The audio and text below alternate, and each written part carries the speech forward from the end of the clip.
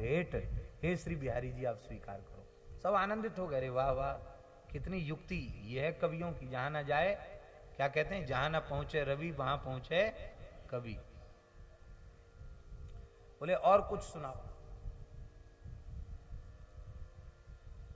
ये ऐश्वर्य भाव ही इनकी वाणी में, भगवत भाव ही प्रधान है। तो दूसरा उन्होंने सुनाया। बोले महाराज यह जगत आपका लीला मंच है और आप इस लीला मंच के सूत्रधार हो। सूत्रधार जानते हो ना, कठपुतलियों के सूत्र उसकी उंगलियों में रहते हैं, हिलाता है बोलता है। वो लकड़ी की पुतलिकाएं कोई ना कोई क्रीड़ा करती हुई दिखाई पड़ती हैं। तो बोले महाराज आप सूत्रधार हो, ये संसार आपका मंच है और हम जीवों को आपने अभिनय करने के लिए भेजा है। तो हे श्री बिहारी जी आपसे हमारी प्रार्थना है, यदि हमारा नाटक देखकर आप बहुत प्रसन्न हो गए हों तो आप हमें पुरस्कार दीजिए। क्या पुरस्कार दें? बोले ये पुरस्कार दीजिए कि सदा सर्वदा के लिए अपने चरणों में बुला लीजिए, जिससे हम आपकी सेवा कर सकें। भाई नाटक खेलने वाला बढ़िया अभिनय करे उसको पुरस्कार मिलता है, तो हमारा मुंह मांगा पुरस्कार हमको दीजिए, अपनी सेवा में सदा सर्वदा के लिए हमको बुला लीजिए, अपने निकट रख लीजिए। और मान लो हमने इस जगत के मंच पर ठीक अभिनय करके न दिखाया हो, हमारा नाटक बिगड़ गया हो, तो ऐसे बेवकूफ को तुमने भेजा क्यों? इसलिए ऐसे व्यक्ति को मत छोड़ो संसार में जो नाटक ठीक से खेल ना पावे, बिगाड़ दे। यदि हमने बिगाड़ दिया हो नाटक तो भी अब संसार में द्वारा हमको मत भेजिए, अपने चरणों में रख लीजिए, क्योंकि आपके चरणों में तो गुणहीनों का भी निर्वाह हो जाता है। भक्त थे हरिशरण। तो हम तो निवेदन कर रहे हैं कि श्री जी ने चित्त की चोरी कर ली है, इसलिए मानो योग मायाम माया दंभे कृपायांच। इसलिए योग माया शब्द का अर्थ है रास रस को प्रकट करने वाली जो कृपा शक्ति है। वो कृपा शक्ति कौन है? साक्षात रसिकनी रसेश्वरी रासेश्वरी श्री राधा रानी। उनके चरण पंकज का आश्रय लेकर के मानो श्री ठाकुर जी ने कहा, हे प्यारे अब आप ऐसो करो। ठाकुर जी ने कहा, हे प्यारी जू आप ऐसो करो, हमारो मन तो सदा आपके भीतर ही रहे और अब हमें महाराज करनो है, तो जो मन आपके रस में हृदय में बस चुक्यो है वो मन हमको दे दो, जैसे मैं रास लीला को संपादन कर सकूं। योग मायाम उपाश्रिता। रास की योग माया जो श्री राधा रानी है उनका आश्रय लेकर के और उनसे अपना मन ले करके तब उन्होंने रास करने का संकल्प किया, क्योंकि संकल्प करना ये मन का धर्म है। क्या कहें, समय तो हो गया लेकिन हम लोभ का संवरण नहीं कर पा रहे हैं। युगल ने युगल के चित्त की चोरी कर ली।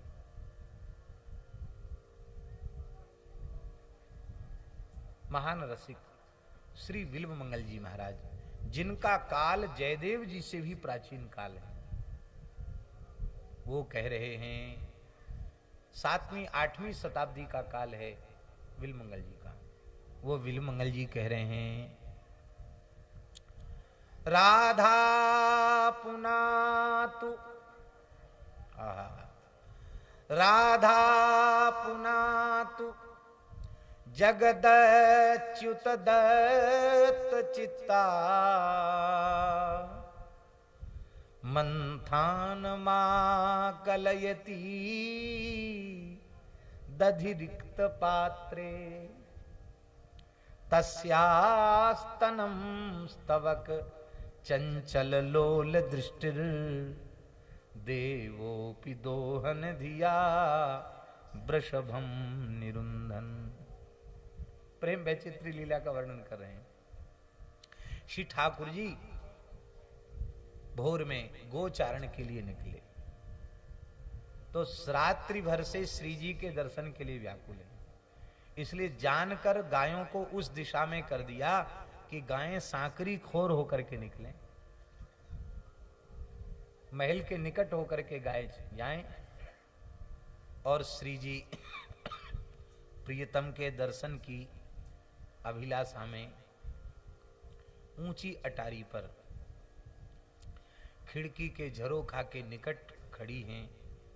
वाई समय श्री जी की मैया कीर्ति मैया कहती है, अरे बेटी राधा, अब तू सयानी है गई है और तो ये अपने घर जानो पड़ेगो, और ऐसी बाबरी भोरी हमारी लाडली लाली या पे कछु करवो ही नहीं आवे, हमेशा सखिन के संग खेलती रहे। अरे पराए घर में जाएगी तो का अपनी मैया को नाम धरावेगी, अपने बाबा को नाम धरावेगी। अरे बड़े गोप की बेटी है, दही मथवो तो सीख ही ले। श्री जी कहती जो आ गया। अब देखो, मंथान मां कलयती दधि रिक्त पात्रे। मथानी तो चला रही है पर दही डालना भूल गई। खाली मटकी में मथानी घूम रही है, क्यों? चित्त श्री कृष्ण में लगा हुआ है।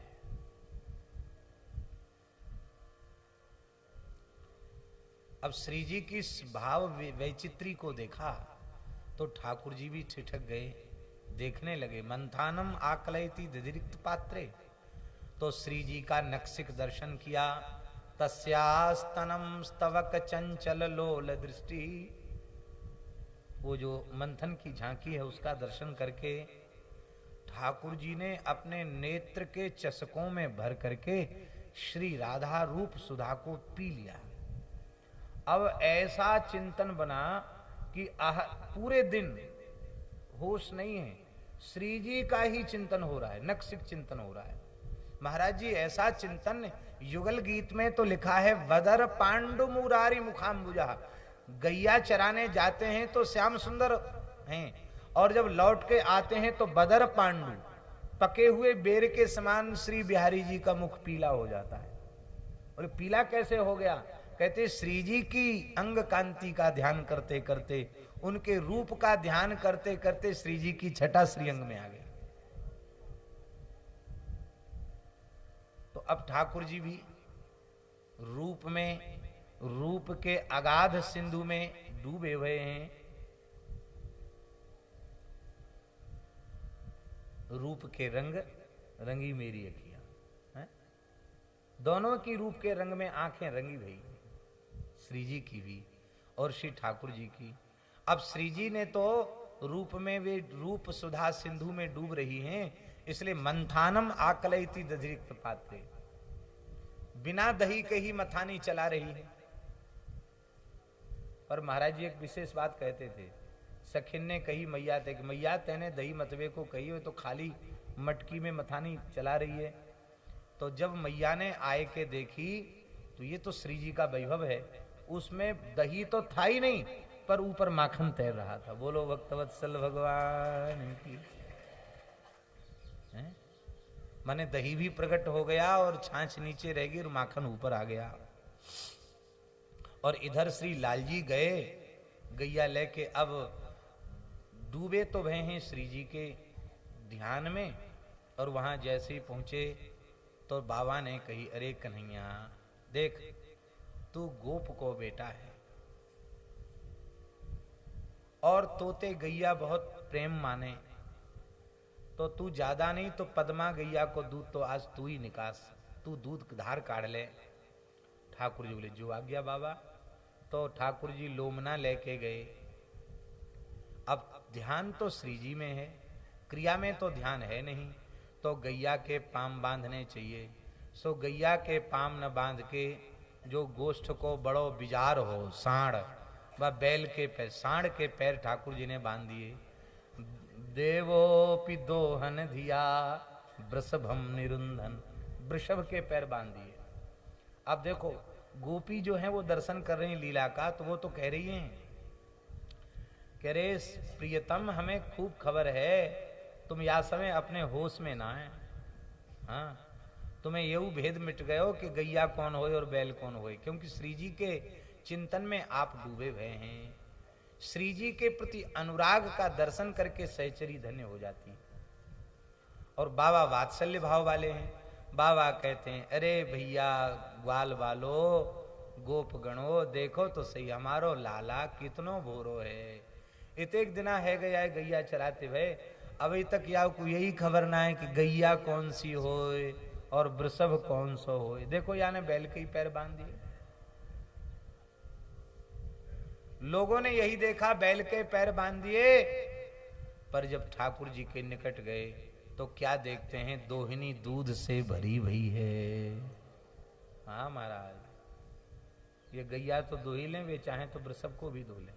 हाँ, देवोपि दोहन धिया वृषभम निरुंधन। बड़ी अद्भुत रसमयी प्रेममयी युगल की लीला है। इसलिए भगवान पिता रात्रि शरदोत्फुल्ल मल्लिका वीक्षरन्तुम मनश्चक्रे योग मायामुपाश्रिता। वृंदावन की लताएं खिल रही हैं, पुष्पित हो रहे हैं। जूही, चमेली, चंपा आदि लताएं खिल रही हैं, मालती आदि की लताएं खिल रही हैं। वृंदावन के सघन लता पताओं का दर्शन करके, सघन कुसुम निकुंज का दर्शन करके, वृंदावन की रसमयी भूमि का दर्शन करके रंतुम मनश्चक्रे। इसका एक भाव यह है कि यह वृंदावन की कुंज निकुंज लता पता, यह श्री कृष्ण के भीतर रासोत्सव के संकल्प को प्रकट करने वाले। यही श्री कृष्ण अन्यत्र भी लीला करते हैं, मथुरा लीला करते हैं और द्वारिका लीला भी करते हैं। पर द्वारिका में कोई बाग बगीचों की कमी है क्या? वहां भी लता पता है, बाग बगीचा है, पर वहां की शोभा का दर्शन करके रास का संकल्प प्रकट नहीं होता। और वृंदावन की लताओं का दर्शन करके रास का संकल्प प्रकट होता है। इसका मतलब है यह रस तो इस भूमि का ही रस है, और यह रस इस भूमि का तो है ही है। यह भूमि इस रस को स्वयं श्री कृष्ण को प्रदान करती है। यह भूमि ही सबको रस दे रही है। रसदान करने वाली रसमयी प्रेममयी ब्रज भूमि है, ब्रज रज है। ब्रज की लताएं पताएं रस को प्रकट करने वाली। इसलिए यहाँ के वृक्ष और झुके हुए वृक्ष और उनसे लिपटी हुई लताएं युगल को मिलन के लिए प्रेरित करती हैं। वीक्षरन्तुम मनश्चक्रे योग मायामुपाश्रितः। शरदोत्फुल्ल मल्लिका वीक्ष्य यमुनां वीक्ष्य ब्रज वसुंधरां वीक्ष्य कुंज निकुंजन वीक्ष्य रंतुम मनश्चक्रे। इनका दर्शन करके रमण का मन किया। बड़ी सुंदर शोभा हो रही है। तदोडुराज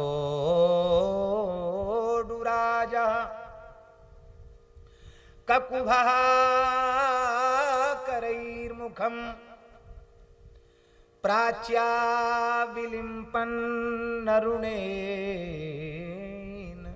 शन्तमयी सचर्षणीनामुदगाच्छुचो मृजन् प्रियः प्रियाया इव दीर्घदर्शनः। उस समय वह चंद्रमा, पूर्ण चंद्र, शारदीय पूर्णिमा का पूर्ण चंद्र, उसने अपनी किरणों से पूर्व दिशा को लाल कर दिया। पूर्व दिशा रूपी नायिका के शोक को मिटा दिया, शोकाप्लुद कर दिया। ऐसे लगता है मानो किसी वियुक्ता नायिका का पति परदेश गया हो और वह पति प्राणा पतिव्रता वियुक्ता नायिका अपने प्रियतम के प्रेम में विह्वल बनी भई, और वह न भोजन की सुध है, न वस्त्र की सुध है, केस भी उलझ के जटा बन गए हैं, पति ध्यान परायणा होकर के वह जीती है, और फिर उसका पति आ जाए तो अपनी प्रियतमा की उस प्रेम की अवस्था को देख करके उसके मुख पर केसर कुमकुम का लेप करके उसको प्रसन्न करे। मानो ऐसा लगता है कि ये पूर्व दिशा वियुक्ता नायिका है और चंद्र रूपी नायक है, क्योंकि आज का यह अद्भुताद्भुत चंद्रोदय इसकी पूर्व दिशा को अनंत काल से प्रतीक्षा थी, कब वह शरद पूर्णिमा आएगी जिस पूर्णिमा की तिथि पर चंद्रोदय होगा, और इस इस छिटकती भई चांदनी में श्याम सुंदर अनंत कोट ब्रजांगनाओं के साथ दिव्य रास महोत्सव करेंगे। श्रृंगार दो प्रकार का है, एक संयोग श्रृंगार और एक विप्रलंब श्रृंगार। विप्रलंब और संयोग ये दोनों का ही वर्णन रास पंचाध्यायी में है।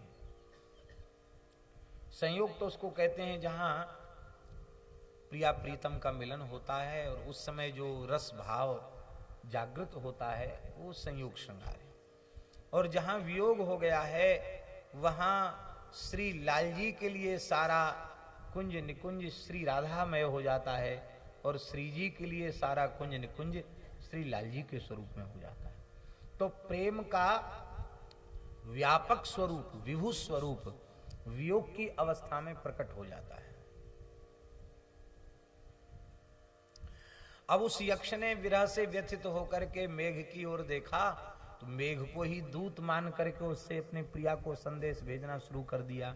मेघदूत में आषाढ़स्य प्रथम दिवसे मेघमाश्लिष्ट सानुम, प्रेम की यह दशा होती है। यदि विप्रलंब न कहा जाए तो रसराज श्रृंगार भी अधूरा रह जाएगा, क्योंकि प्रेम व्यापक होता है वियोग की अवस्था में। तो यह रस की माधुर्य की सर्वोत्कृष्ट लीला है। तो मानो इस श्लोक के माध्यम से सुखदेव जी यह संकेत कर रहे हैं, इसमें संयोग और विप्रलंब दोनों का युगपत वर्णन किया गया है, एक साथ वर्णन किया गया। देखो चंद्रूपी नायक का आगमन संयोग हो रहा है, और वो नहीं आया तब तक वियोग हो रहा है। तो संयोग और विप्रलंब दोनों स्वरूपों को प्रकट किया है।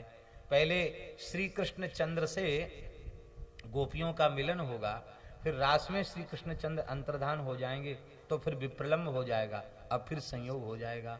तो इस भाव को दिखाने के लिए ये वर्णन किया। ये चंद्रोदय कैसा है? दृष्ट्वा कुमुदबन्तमखण्डमण्डलम्, दृष्ट्वा कुमुदबन्तमखण्डमण्डलम्, रमाननाभं नवकुङ्कुमारुणम्, वनं च तत्कोमलगोभिरञ्जितम्, जगौ कलम्बाम दृशाम मनोहरम। उस दिन चंद्रमा का मंडल अखंड था।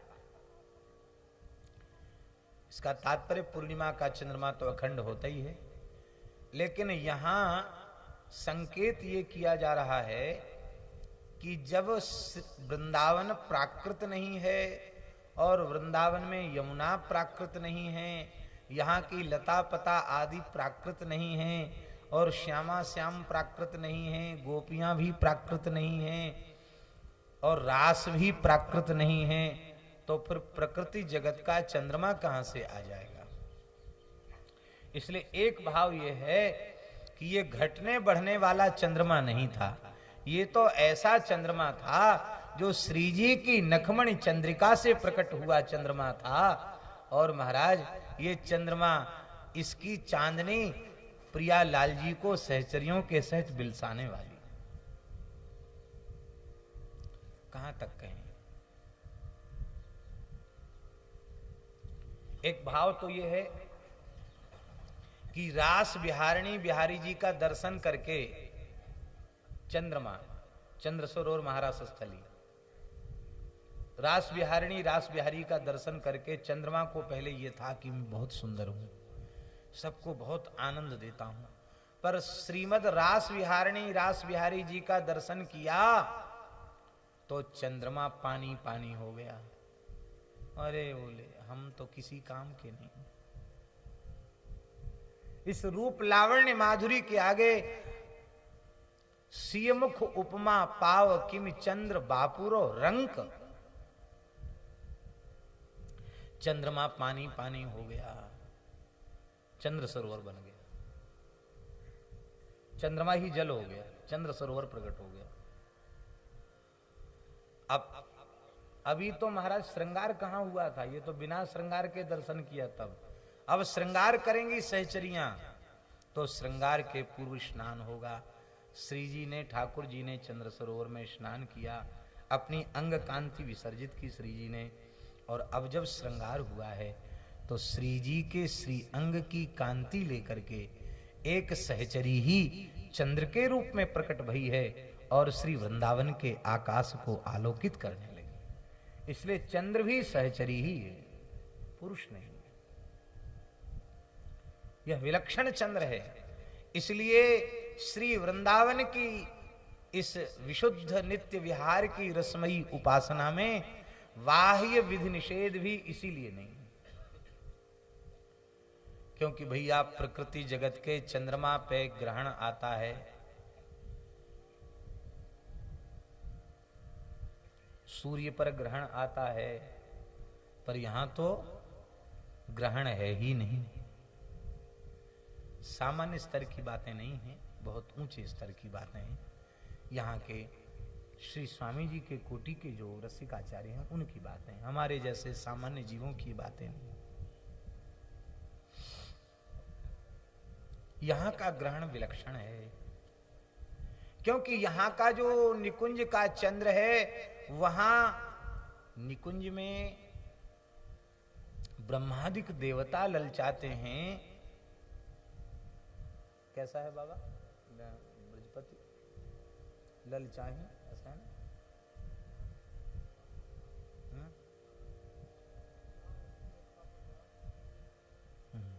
इस रस को उमा रमा सची भी ललचाती है, ये रस है वृंदावन का है। हाँ, उमा रमा को सची सरस्वती ब्रज युवती ललचाएं, ब्रज की गोपी भी ललचाती हैं। ये सहचरी भाव का एक दिव्य उपासना का रस है। तो यहां कैसे प्रवेश होगा? इसलिए है तो श्री जी की नकमणि चंद्रिका से प्रकट अखंड चंद्र है, न ये कभी घटेगा और न कभी ये बढ़ेगा। ये तो सदा सर्वदा एक रूप में रहने वाला है। दृष्ट्वा कुमुदवंत मखंड मंडलम, कैसा है? रमाननाभम। रमा, देखिए रमा शब्द का अर्थ है रमते इति रमा, जो रमण करे उसको रमा कहेंगे। रमते रामचंद्रेण रमा सीता, रमते विष्णुना रमा लक्ष्मी, रमते भवेन रमा उमा, वहां भी घटित हो जाएगा। रमते इंद्रेन शाकम रमा सची, और रमते कृष्ण चंद्रेण साकम रमा राधा। श्री कृष्ण के साथ रमण करे वो राधा। तो अब यहां प्रकरण के अनुसार शब्द का अर्थ किया जाएगा, प्रकरण के अनुसार। जैसे यात्रा के प्रकरण में सैंधव शब्द का अर्थ अश्व है और भोजन के प्रकरण में सैंधव शब्द का अर्थ नमक है, ऐसे ही रास के प्रकरण में रमा शब्द का अर्थ श्री राधा है। रमते कृष्ण चंद्रेण साकम रमा श्री राधा, तस्याह आननम इव। राधा रानी के मुख चंद्र का दर्शन करके जैसा रस जैसा भाव श्री कृष्ण को प्रकट होता है, आज वैसा ही भाव वैसा ही रस प्रकट हो रहा है। इस अब श्री जी का दर्शन करके कैसा भाव प्रकट होता है। श्री जयदेव महाप्रभु जी ने बड़ा सुंदर वर्णन किया है। राधा वदन विलोकन विकसित विविध विकार विभंगम जलनिधिमिव विधु मंडल दर्शन तरलित तुंग तरंगम हरि मेक रसम चिरमभिलसित विलासम साददर्श गुरु हर्ष बशंबद वदन मनंग निवासम। जैसे पूर्णिमा के चंद्रोदय को देख करके समुद्र उत्ताल तरंगों से तरंगायित हो उठता है, समुद्र में ज्वार आने लग जाता है, ऐसे ही श्री राधा रानी का तो मुख चंद्र है और श्री श्याम सुंदर का हृदय प्रेम का समुद्र है, उसमें ज्वार आ जाता है जब वे श्री नित्य निकुंजेश्वरी श्री राधा रानी का दर्शन करते हैं। इसलिए रमान नाभम अर्थात ये चंद्रमा श्री जी की अंग कांति से प्रकट हुआ है, इसलिए इसका दर्शन करके श्री कृष्ण के हृदय में रासोत्सव करने का संकल्प उत्पन्न हो रहा है। वैसे दसम स्कंद पूर्वार्ध में अलग से होली लीला का कोई वर्णन नहीं है। उत्तरार्ध में तो द्वारिका लीला में तो होली का वर्णन है एक दो श्लोकों में, पर व्रज लीला में होली का कहीं वर्णन स्पष्ट रूप से नहीं है। और आजकल तो वक्ताओं में परंपरा चल पड़ी है एक दिन होली होती है, लेकिन लीला के क्रम में कहीं होली का संकेत नहीं है। और होरी ब्रज की ऐसी लीला है कि महाराज सर्वोपरि कहें तो कोई अतिशयोक्ति नहीं। ये लीला बहुत रस भरी है और इतना लंबा होली महोत्सव और कहीं देश के किसी कोने में नहीं होता। बसंत पंचमी से शुरू होता है होली का उत्सव, माघ शुक्ल पंचमी से ब्रज में, और चैत्र पूर्णिमा को दाऊजी का हुरंगा होता है सबसे आखिर में, चैत्र की पुण्य को। कितने दिन का उत्सव हुआ? 10 दिन तो हो गए माघ के, और पूरा महीना हो गया फाल्गुन का, तो 30 और 10 40, और फिर पूरा चैत हो गया। 40 और 30 70 है।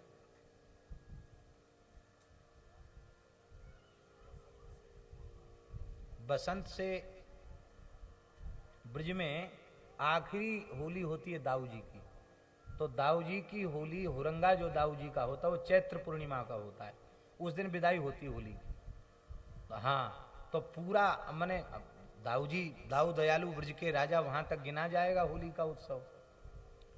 तो अब इसको लेकर के कम से कम 70 दिन की होली होगी। 10 दिन तो माघ के हो गए बसंत पंचमी से पूर्णिमा तक, और 30 दिन हो गए फाल्गुन के, तो 30 और 10 40, और फिर 30 दिन हो गए चैत्र के, तो कितने हुए? 40 और 30 70 दिन की होली है। दुनिया में कहीं 70 दिन की होली? कैसो ये देश निगोरा जगत होरी ब्रज होरा, कैसो ये देश निगोरा। संसार में होरी होती, यहाँ होरा होता है। तो रास का आरंभ जब सुखदेव जी ने किया तो मन में सोचा कि भाव प्रवाह में होरी तो कही नहीं पाए, क्यों ना एक संकेत में होरी का स्मरण कर लें। क्या है होरी का स्मरण? देखो, चंद्र रूपी नायक ने केसर कुमकुम अवीर गुलाल से पूर्व दिशा रूपी नायिका का मुख लाल कर दिया, और उस नायिका ने अवीर गुलाल से चंद्र रूपी मुख को, प्रीतम के मुख को भी लाल कर दिया। तो होरी में होता और क्या है? एक दूसरे के ऊपर रंग छोड़ा जाता है, मुंह लाल किया जाता है, तो मानो युगल को होली भी खिला दी एक संकेत में। सूत्रात्मक भाव। और श्री ठाकुर जी ने त्रिभंग ललित होकर के बांसुरी बजाना आरंभ किया। जगौ कलम बाम दृशाम मनोहरम। गोपियों के चित्त को चुराने वाला जो वंशी का नाद है वो किया। निशम्य गीतम तदनंग वर्धनम ब्रजस्त्रिय कृष्ण गृहीत मानसा आजग्मुरन्योन्यमलक्षितोद्यमा सयत्र कांतो जवलोल कुंडला। तत् अनंगवर्धनं गीतम दृश्यम में क्लीम इत बीजम जगौ, क्लीम इस बीज को ठाकुर जी ने बांसुरी में गाया और उसको सुन करके वो कैसा वंशी नाद था, कैसा वेणु रव था। अनंगवर्धनम, अनंग माने काम, काम को बढ़ाने वाला यह वंशी का नाद था। आप लोग घबरा नहीं जाना काम शब्द सुनकर कि काम क्रोध मद लोभ सब नाथ नरक के पंथ, इन पर हरि रघुवीर ही भजो भजें जय संत। काम एष क्रोध एष रजोगुण समुद्भवा महासनो महापापमा विद्येन में वैरिणम। घबराना नहीं। अरे भाई, जब वृंदावन सच्चिदानंदमय है, दिव्य है, तो वृंदावन में प्रकृति जगत का काम कहां आ सकता है। जब वृंदावन दिव्य है तो श्री वृंदावन का काम भी दिव्य है। इसलिए महाराज जी वाणियों में मदन शब्द का, रति शब्द का, काम शब्द का खूब प्रयोग है। हमारे महाराज जी कहते थे कि बहुत से विद्वान लोग घसीट करके इस काम अनंग शब्द का अर्थ बदलना चाहते हैं। कहते बेकार श्रम करते हैं। इसका मतलब वृंदावन की दिव्यता में विश्वास नहीं कर पा रहे हैं। जब वृंदावन दिव्य है तो वहां काम, प्राकृत वैषयिक काम कहां हो सकता है। यहां का काम क्या है। रसिकों का काम बतावें, रसिकों का काम क्या है, उनके भीतर जो काम जगता है वो क्या है। न नाक पृष्ठम न च पारमेष्ठ्यम न सार्वभौमम न रसाधिपत्यम न योग सिद्धि रपुनर्भबंबा समंजसत्वा विरहीय कांक्षे। ये प्रेमियों का काम है। काम माने कामना। हे नाथ, हमें इंद्रपद नहीं चाहिए, ब्रह्मा जी का लोक नहीं चाहिए, ध्रुवलोक नहीं चाहिए, रसातल का राज्य नहीं चाहिए, योग की सिद्धियां नहीं चाहिए, मोक्ष भी नहीं चाहिए। क्या चाहिए? बोले हम तो आप से आपको चाहते हैं, हमें तो केवल आप चाहिए। युगल की प्राप्ति, युगल की सेवा, युगल को विलसाना, यही काम है वृंदावन का, और दूसरा काम थोड़ी है। आहा। और यह काम सहचरियों में भी है, यह काम स्वामिनी श्री राधा रानी में भी है, और यह काम श्री कृष्ण में भी है। इसीलिए हमें पंक्ति स्मरण में नहीं है, एक बार पढ़ा था तो इस थोड़ा सा याद है। एक पद में श्री भगवत रसिक जी ने कहा है कि हमारे बिना युगल केली नहीं करते, और वे हमारे थोड़े से भी दूर हो जाने पर वो व्याकुल हो जाते हैं। ऐसा है ना एक भाव, करे नहीं हम बिन केला। भगवत भगवत करें, करे नहीं हम बिन केला। अब देखो, युगल का भी काम है कि सहचरी आकर के हम युगल को बिलसावे, ये उनका काम है। इसलिए यहां काम शब्द का अर्थ वैषयिक काम नहीं है। वस्तुतः अनंग शब्द का अर्थ यहां विशुद्ध निष्काम सहज रति ही है, प्रेम ही है। आप लोग कहेंगे अनंग माने प्रेम कैसे हो गए? अनंग माने अंग रहित, जिसका स्थूल कोई आकार न हो। आपने देखा प्रेम कैसा होता? काला, पीला, हरा, नीला, गुलाबी, बैगनी, इतेक छटाक और इतेक शेर का, इतने मन का। कोई मापतोल है? कोई रंग रूप है? अरे प्रेमी का व्यवहार, प्रेमी का अंतःकरण ही प्रेम को व्यक्त करता है। तो उसका कोई स्थूल आकार नहीं है, इसलिए वह अनंग है। और महाराज जी, ये विकारों का जो उद्वेग जीव को होता है, तो यह कितनी देर रहता है? काम का आवेश आया, क्रोध का आवेश आया, तो कितनी देर के लिए आया? थोड़ी देर के लिए आया, फिर चला गया।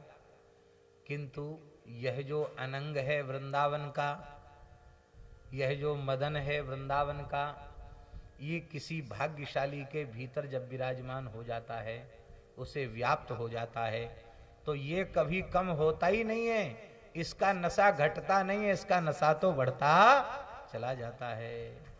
श्री मलुकदास जी महाराज कह रहे हैं, ये अनंग प्रेम है। प्रेम पियाला पीवते, बिछुरे सब साथी। हमारे आचार्य चरण ने, श्री रसिकाचार्यों ने, गुरुदेव ने जो प्रेम का प्याला पिलाया है, प्रेम पियाला पीवते बिछुरे सब साथी। शरीर संसार की विस्मृति हो गई, और अब क्या स्थिति है? 8 प्रहर झूमत रहूं ज्यों मदमाता थी। अब इसका नशा कभी कम होता नहीं। जैसे मदमत्त हाथी झूमता रहता है, ऐसे में 8वां प्रहर झूमता रहता हूं।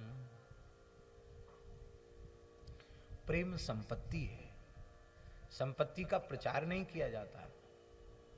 इसलिए महात्मा छिपकर प्रेम करते हैं। प्रकट हो जाएगा तो संसारी लूट लेंगे उसको। जो तेरे घट प्रेम है, मलुकदास जी कह रहे हैं, जो तेरे घट प्रेम है, तो कही कही काहि जनाव अंतर्यामी जानी है अंतर्गत को भाव। तुम्हारे प्रीतम से छिपा है क्या तुम्हारा प्रेम? पर हम अपनी स्थिति बतावें, 10-20 लोगों के भीतर तो 10 लोग 10-20 अथवा 10-20 हजार लोगों के बीच में तो हमको प्रेम जग जाता है, व्याकुलता जग जाती है, आंख में आंसू भी आ जाता है। फिर जब हम एकांत में बैठते हैं, तब मारवाड़ की रेत के समान, मरुस्थल की रेत के समान हमारे भीतर रस की एक बूंद नहीं रहती। उस समय हमारे प्रेम की पोल पट्टी खुल जाती है। रसिक तो ऐसे होते हैं महाराज। कथा कह रहे हैं श्री रूप गोस्वामी जी महाराज, और प्रेमी सुनकर के मूर्छित हो रहे हैं, पछाड़ खा के गिर रहे हैं, और वे धैर्य पूर्वक कथा कह रहे हैं। कवि कर्णपुर गोस्वामी भी आकर कथा में बैठे, आनंद वृंदावन चंपू जैसे ग्रंथ के रचयिता। उनके मन में आया कि अरे इनके भीतर प्रेम नहीं है, ये तो नहीं कहा जा सकता, प्रेमी हैं, इतने लोग प्रेम में डूब रहे हैं। पर एकदम मुस्कुराकर कथा कह रहे हैं, कोई प्रेम का विकार नहीं दिख रहा है। मन में ऊहापोह हो रहा था। उसी समय एक पत्ता, तमाल के नीचे बैठ के कथा कह रहे थे, एक पत्ता, हरा पत्ता झड़ करके ऊपर से नीचे आया। जैसे ही उनकी नासिका के पास आया, वो गरम गरम श्वास से जलकर भस्म हो गया। तब उनको हुआ कि इनका हृदय कैसा है, विरहा नल को कैसे सहन कर रहा है। इसलिए सुमिरन ऐसा कीजिए दूजा लखे न कोई, होठ न फरकत देखिए, प्रेम राखिए गोए। तो वस्तुतः सच्चा तो प्रेम ही अनंग है, जिसका नशा चढ़ता तो है पर उतरता नहीं है। कृष्ण गृहीत मानसा,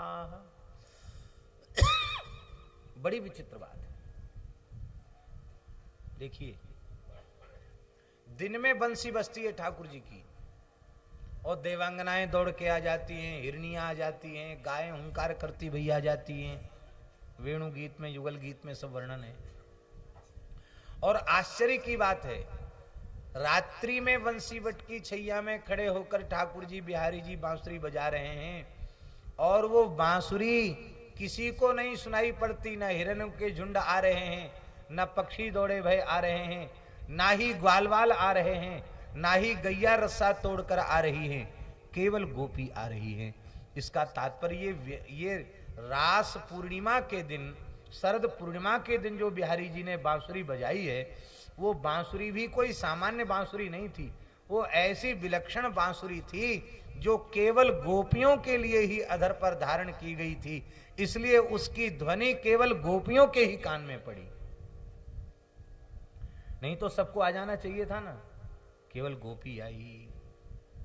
भैया, वृंदावन में आता वही है जिसको श्याम सुंदर बांसुरी में नाम लेकर पुकारते हैं। और जब बांसुरी बजती है ना, तो फिर सारे काम धंधे छोड़कर वृंदावन आ जाते हैं। ये सब महापुरुष यहां बैठे हैं, कोई कहीं प्रकट भय, कोई कहीं प्रकट भय, और ठाकुर जी की बांसुरी बजी, सब छोड़ छाड़ के वृंदावन आ गए। इसलिए भैया, ये बांसुरी बजा के बुलाया है। यहां आने वाले गोपी हैं, और बांसुरी न बजे तो यहां कोई आ नहीं सकता।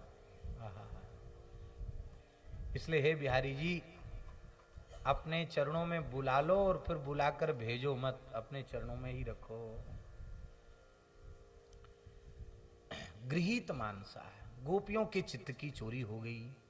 आजगमुरन्योन्यम लक्षितोद्यमा, कौन गोपी भागकर कहां जा रही है ये किसी को बताती नहीं है। अन्योन्यम अलक्षितोद्यमा, एक गोपी दूसरी गोपी को अपने मन का भाव नहीं बताती, कहां जा रही है। इसका मतलब है, गोपियां फल फूल चुनने जाती हैं तो कहती, अरे वीर चलो वृंदावन में ते पुष्प चयन कर लावें, तुलसी दल उतार लावें, अरे सखियो चलो दूध दही बेच आवें, जमुना स्नान कर आवें, ये सब कहती हैं। छाक दे आवें, अकेली नहीं जाती। और अब ठाकुर जी ने बुलाया है तो प्रत्येक गोपी अकेली जा रही है, कोई किसी को बताते नहीं, कोई किसी को बुलाती नहीं। इसका तात्पर्य भैया, लोक व्यवहार में भले ही आप तू चलो और तू चलो, तू नहीं जाएगा तो मैं कैसे जाऊंगा, ये लोक व्यवहार की बात है।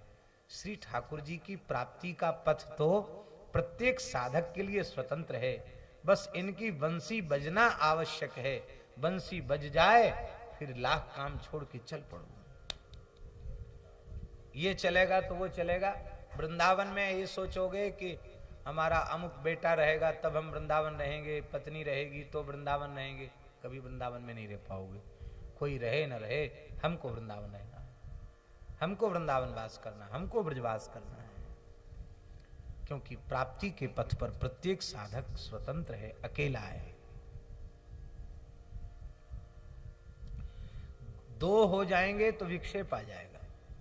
पूज्य श्री संत गोपालाचार्य जी महाराज कहते थे कि प्रेमी और प्रेमास्पद के बीच में कोई भी आया तो वो मिलाने वाला ना होकर व्यवधान ही बन जाएगा।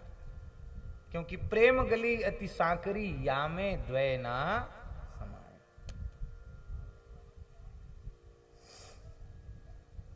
प्रेम गली अति सांकरी, या में द्वय ना समाए।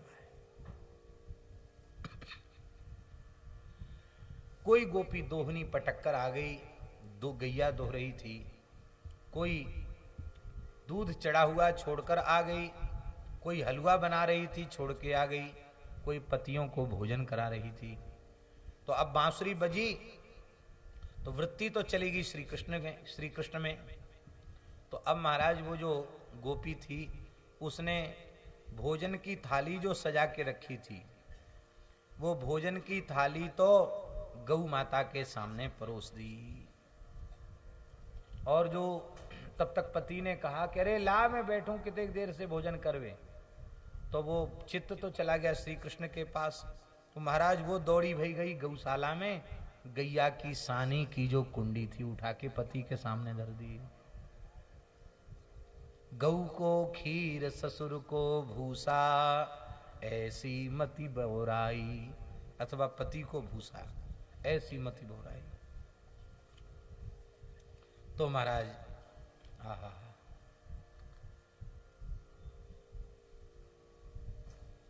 पर ध्यान दें, इस रास के आरंभ में सबसे पहले ठाकुर जी ने श्री जी का आह्वान किया है, क्योंकि उनके बिना रास संभव नहीं है। अब फिर एक बार मिलकर मिलन होकर, क्योंकि योग मायाम उपाश्रिता, और फिर गोपियां आती हैं और फिर श्री जी पुनः प्रकट होती हैं, ये भाव।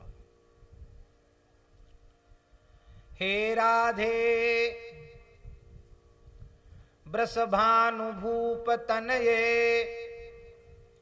हे पूर्ण चंद्रानने, हे कांते कमनीय कोकिल रवे, वृंदावनाधीश्वरी, हे मत प्राण परायणे च रसिके, हे रास लीलोत्सुके, हे सांगीत कलादिपूर्ण कुशले, हे हे निकुंजाधिपे, हे वृंदावन राजपट्ट महिषी, हे वृंदावन राजपट्ट महिषी, रासोत्सवे गम्यताम, हे वृंदावन राजपट्ट महसी, रासोत्सवे गम्यताम। हे वृंदावन पट्ट राज महर्षि, रासोत्सवे गम्यताम, आप रासोत्सव में पधारो। गोपियां आईं और ठाकुर जी ने उनका स्वागत भी किया। स्वागतम वो महाभागा प्रियं किंकरवाणि वह, ब्रजस्या नामयं कश्चित ब्रूता गमन कारणम। हे महाभाग ब्रज देवियो, तुम्हारो स्वागत है। शुकदेव जी महाराज ने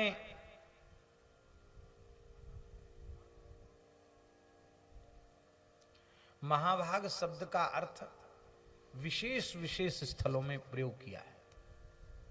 जैसे हम एक उदाहरण दें, अम्बरीश जी के संबंध में उन्होंने महाभाग शब्द का प्रयोग किया। अम्बरीशो महाभागा सप्तद्वीपवती महीम, अव्ययांच श्रियम लब्ध्वा विभवम चातुलम भुवि। महाभाग क्यों कहा अम्बरीश जी को? इसलिए कहा कि अव्यय लक्ष्मी अनंत ऐश्वर्य प्राप्त करने के बाद भी, सप्तद्वीपवती सप्त समुद्रवती पृथ्वी के एक छत्र सम्राट होने के बाद भी उनकी रंच मात्र ममता आसक्ति उसमें नहीं है। वे सारे जगत के संबंधों को तृण के समान त्याग चुके हैं। मानो शुकदेव जी उसी को महाभाग कहते हैं, जो शरीर संसार के बंधन को तिनके के समान त्याग दे।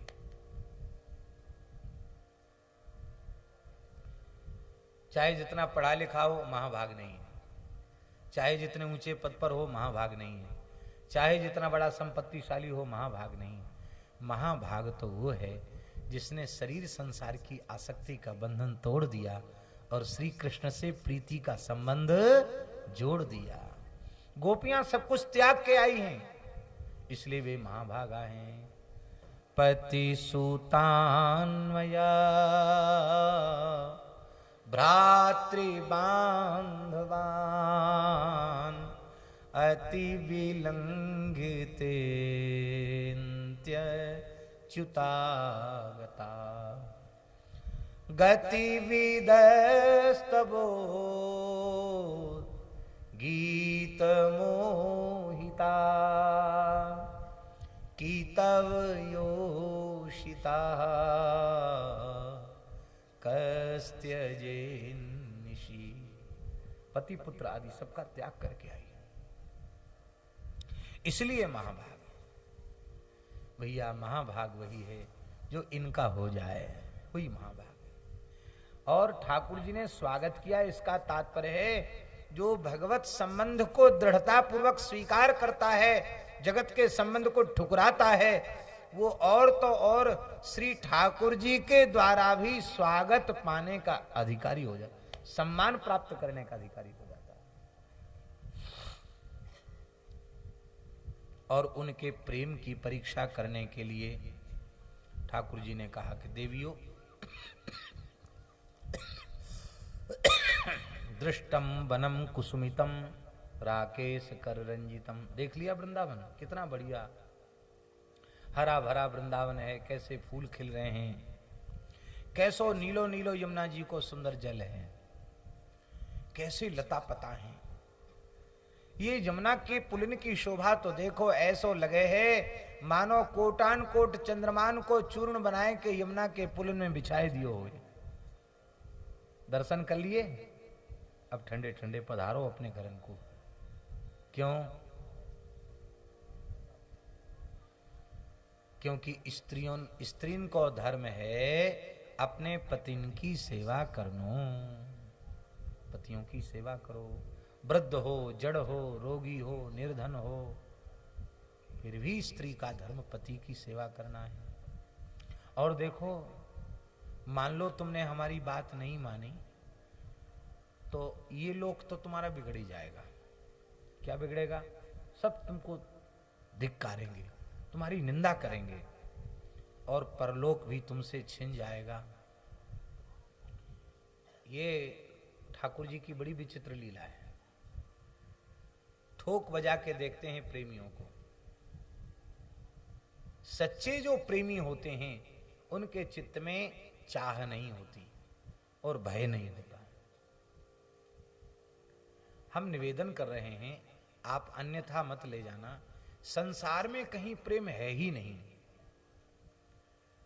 केवल अपनी वासना की पूर्ति का व्यवहार मात्र है, स्वार्थ में सना हुआ व्यवहार है। संसार में कहीं भी प्रेम है ही नहीं, क्योंकि प्रीति की रीति रंगीलो ही जाने।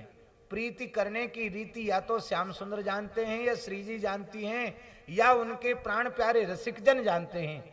प्रेम करना संसार कहां से जाने, प्रेम है उसके पास कहां। फिर भी जिस मोह को दुर्भाग्य से, जिस आसक्ति को दुर्भाग्य से संसार के जीवों ने प्रेम मान रखा है, उसका उदय होने पर भी भय नहीं रहता और संकोच नहीं रहता, जो वस्तुतः प्रेम नहीं है, और चाह नहीं रहती, इच्छा नहीं रहती। प्रेमास्पद की प्राप्ति के अलावा कोई इच्छा नहीं रहती। जब लौकिक वैषयिक मोह आसक्ति रूप प्रेम, जिसको लोगों ने प्रेम मान रखा, वस्तुतः प्रेम है नहीं, उसकी ये स्थिति है कि उसको उदय होने पर लोग बिल्कुल भूल जाते हैं। आज तमाम ऐसी घटनाएं घटती हैं, लड़के लड़की वो न माँ बाप की माने न किसी की माने, और बस हजार हजार जन्म की शपथ ले लेते हैं कि ऐसे लोग हमको नहीं मिलने दे रहे हैं तो चलो रेल की पटरी पे सो जाते हैं, गोली खा लेते हैं, पंखा के रस्सा बांध के झूल जाते हैं, मर के अधोगति को जाते हैं। मिलना फिर भी उनका नहीं होता। वैसी अवस्था में जब भय और संकोच नहीं रहता और प्रेमास्पद को पाने के अलावा कोई इच्छा नहीं रहती, तो वस्तुतः जो प्रेम है, जिसका संबंध ठाकुर जी से है, श्री जी से है, श्री वृंदावन से है, वृंदावन की रज से है, रसिकों से है, वह प्रेम का उदय होने के बाद कोई चाह चित्त में रहेगी? भय रहेगा संकोच रहेगा? बिल्कुल नहीं रहेगा। जिनको कबहू न चाहिए कछु, उन्हीं का तुम सन सहज सनेह।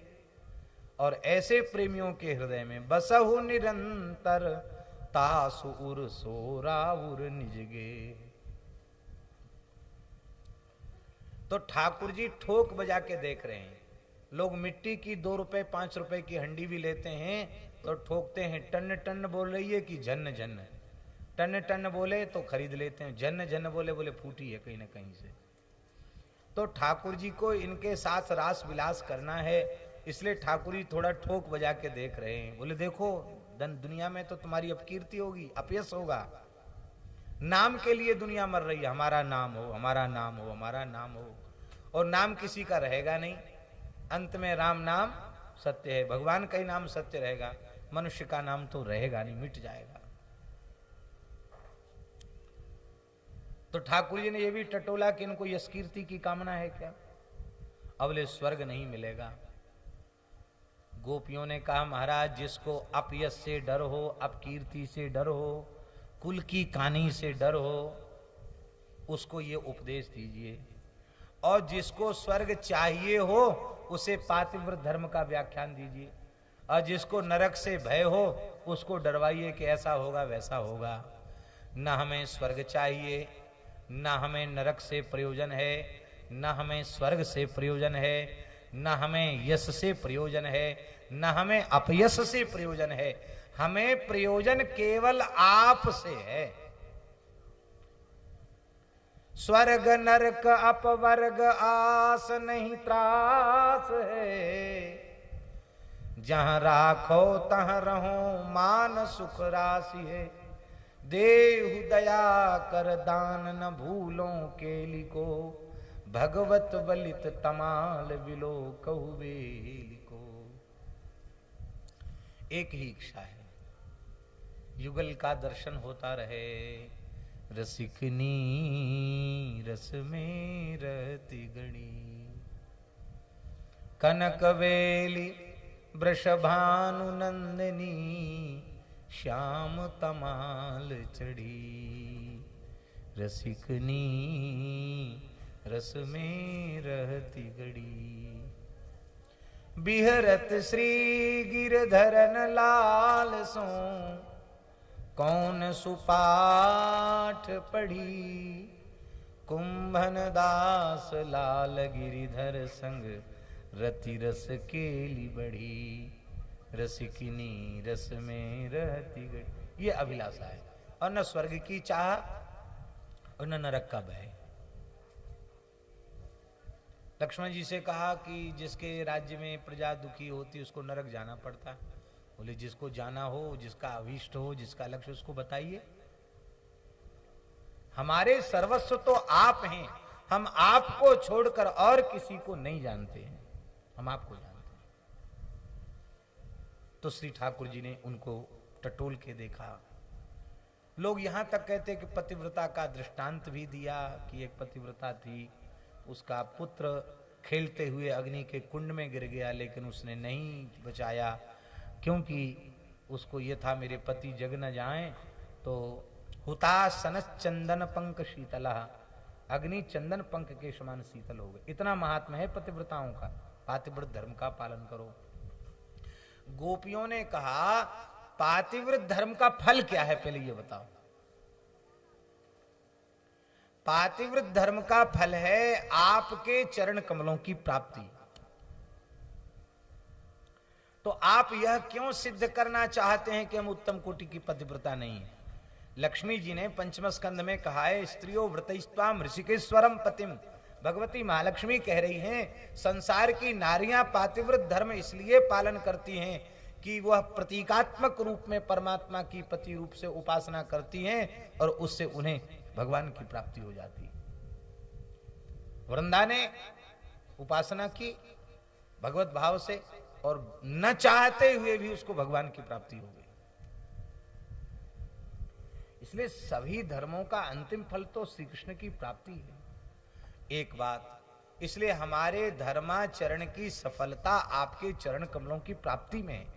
दूसरी बात यह है कि हम आपसे प्रश्न कर रही हैं पति शब्द का अर्थ क्या होता है। भगवान बोले अरे ये तो सामान्य सी बात है, पातीति पति ही, जो रक्षा करे उसको पति कहते हैं। गोपियों ने कहा प्यारे थोड़ो ध्यान दो, संसार के किसी पुरुष मात्र में पति शब्द का अर्थ घटित ही नहीं होगा। क्यों नहीं होगा? क्योंकि ये दूसरे की रक्षा क्या करेंगे, यह अपने एक रोए की रक्षा करने में समर्थ नहीं है। एक बाल के भी मालिक होते, एक रोए की भी रक्षा करने में समर्थ होते तो कह देते खबरदार पकना मत, झड़ना मत। एक बाल पर तो इनका हक नहीं है, मालिकाना नहीं है। अपनी बच जाते मृत्यु से, बुढ़ापे से, कहां रक्षा कर पाए। जो अपनी ही रक्षा नहीं कर पाया वो दूसरे का ठेका कैसे ले सकता है।